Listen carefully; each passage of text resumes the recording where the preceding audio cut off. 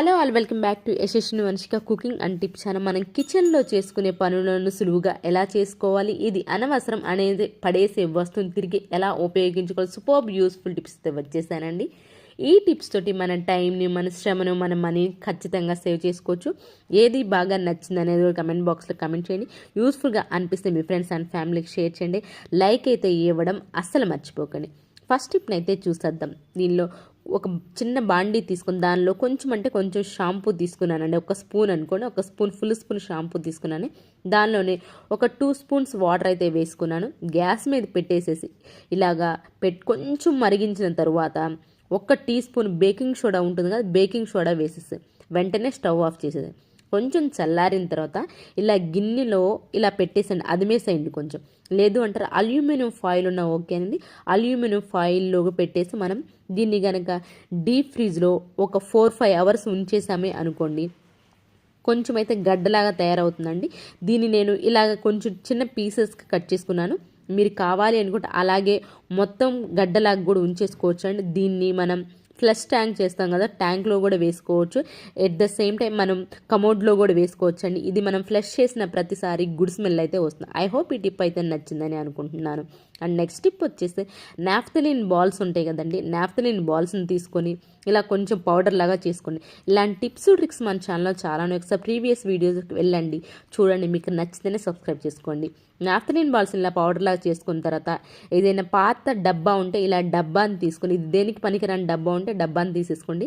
లేదంటే water bottle ఏదన్నా ఉంటే ఆ వాటర్ బాటిల్ అయితే తీసేసుకోండి. వాటర్ బాటిల్ అయితే క్యాప్కి అవసరం లేదండి, కింద బాటిల్కి మధ్యలో పెట్టేసుకొని ఇలాగా చాకుతోటి ఒకసారి రంధ్రాలు పెట్టేసుకున్నాను. దీన్ని బాత్రూంలో కనుక పెట్టేసుకున్నాం అనుకోండి, ఈ బాటిల్ని మంచి వాసన అయితే వస్తుంది. న్యాచురల్గా మనం ఎలాంటి కెమికల్స్ ఉన్నాయి బాత్రూంలో పర్ఫ్యూమ్స్ వాడకుండా ఇది న్యాచురల్గా మంచి వాసన అయితే ఇస్తుందండి.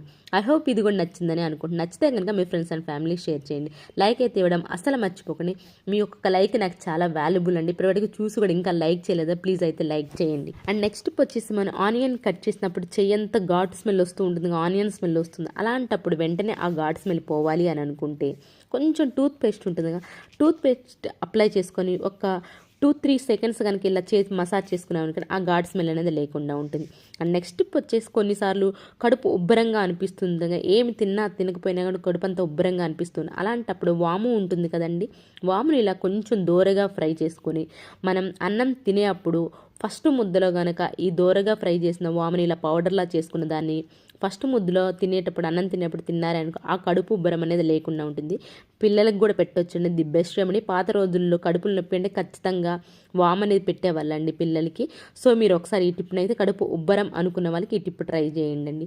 అండ్ ప్లీజ్ ఏది బాగా నచ్చింది అనేది కూడా కమెంట్ బాక్స్లో కమెంట్ చేయండి. అండ్ నెక్స్ట్ టిప్ వచ్చేసి కొన్నిసార్లు మనం ఆయిల్ పడినా కానీ లేదా నాన్ వెజ్ వండినా కానివ్వండి, గ్యాస్ స్టవ్ అంతా నాన్ వెజ్ స్మెల్ వస్తూ ఉంటుంది కదా, అలాంటప్పుడు నాన్ వెజ్ స్మెల్ లేకుండా ఉండాలి అని అంటే శనగపిండి ఉంటుంది కదండి, శనగపిండి కొంచెం జల్లేసేసి అలానే నిమ్మకాయని ఒక్కసారి ఇలా పిండేసామనుకోండి, మనం ఎక్కువ వాటర్ పెట్టి కూడా క్లీన్ చేయాల్సిన అవసరం లేదని ఆయిల్ మరకలు ఉన్నా కానివ్వండి లేదంటే నాన్ వెజ్ స్మెల్ వస్తున్నా కానివ్వండి, ఇలా శనగపిండి ప్లస్ నిమ్మకాయని కలిపి ఒక్కసారి ఇలా మొత్తం అప్లై చేసేసి తర్వాత డస్ట్తో నీట్గా క్లీన్ చేస్తే సరిపోతుందండి.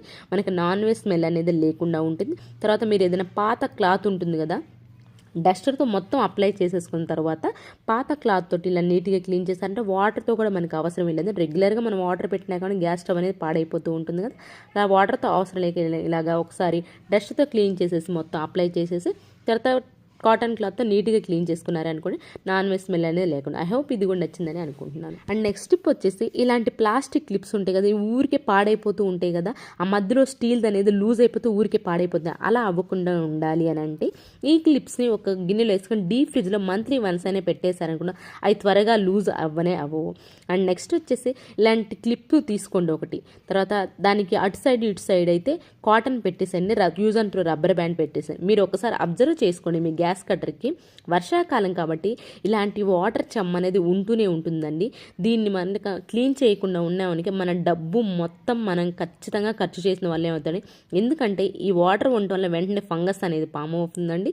ఆ ఫామ్ అవ్వడం వల్ల మనకి ఫ్రిడ్జ్ అనేది త్వరగా పాడైపోతుంది. కాబట్టి అలా పాడవకుండా ఉండాలి అంటే ఈ వర్షాకాలంలో మీరు ఇలా చిన్న క్లిప్ను ఒకటి తీసుకొని దానికి దూది పెట్టేసి చూపిస్తున్నాను చూడండి, నేను ఇప్పుడే మాకు ఫంగస్ అనేది ఫామ్ అవుతుందండి. ముందు వచ్చేసి వాటరే ఉంది, ఆ బ్యాక్ సైడ్ అబ్జర్వ్ చేశారండి ఫంగస్ అనేది ఫామ్ అవుతుంది.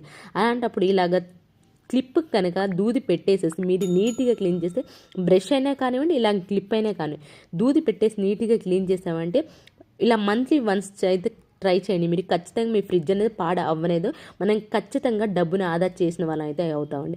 ఐ హోప్ ఇది కూడా నచ్చిందని అనుకుంటున్నాను. వీటిల్లో ఏది ఒకటి మీకు యూస్ఫుల్గా అనిపిస్తే ప్లీజ్ పక్కనే ఉన్న బెల్ సింబల్ అయితే యాక్టివేషన్లో ఉంచుకొని నేను వీడియోస్ పెట్టిన మీకైతే నోటిఫికేషన్ ఆన్ అయిపోతుంది. అండ్ నెక్స్ట్ టిప్ వచ్చేసి సాక్స్లో కొంచెం టాల్కమ్ పౌడర్ వేసి, ఇప్పుడు వర్షాకాలం కాబట్టి బట్టలు ఎంత ఉతుకుతున్నా కానివ్వండి, బట్టలు సరిగా ఆరట్లేదు కదా, అలాంటప్పుడు బ్యాడ్ స్మెల్ వస్తూ ఉంటుంది. అలాంటప్పుడు ఇలా సాక్స్లో కొంచెం పౌడర్ వేసి వాషింగ్ మిషన్లో బట్టలు వేసేటప్పుడు ఈ సాక్స్ వేసారనుకోండి, బ్యాడ్ స్మెల్ అనేది లేకుండా ఉంటుంది. ఐ హోప్ ఈ టిప్ కూడా నచ్చిందని అనుకుంటున్నాను. ఇవేనండి ఈరోజు టిప్స్ ట్రిక్స్. యూస్ఫుల్గా అనిపిస్తే ఒకసారి అందరూ ట్రై చేయండి, కమెంట్ బాక్స్లో కమెంట్ చేయండి, అండ్ లైక్ అయితే ఇవ్వడం అసలు మర్చిపోకండి. పక్కనే ఉన్న బెల్ సింబల్ అయితే యాక్టివేషన్లో ఉంచుకొని రేపటి వీడియోలో మంచి మంచి టిప్స్ వస్తే మళ్ళీ మీ ముందుకైతే వస్తాను. అంతవరకు మీ అందరినీ హ్యాపీగా ఉండాలని హార్ట్ఫుల్గా అయితే కోరుకున్నాను. Thank you so much for your watching.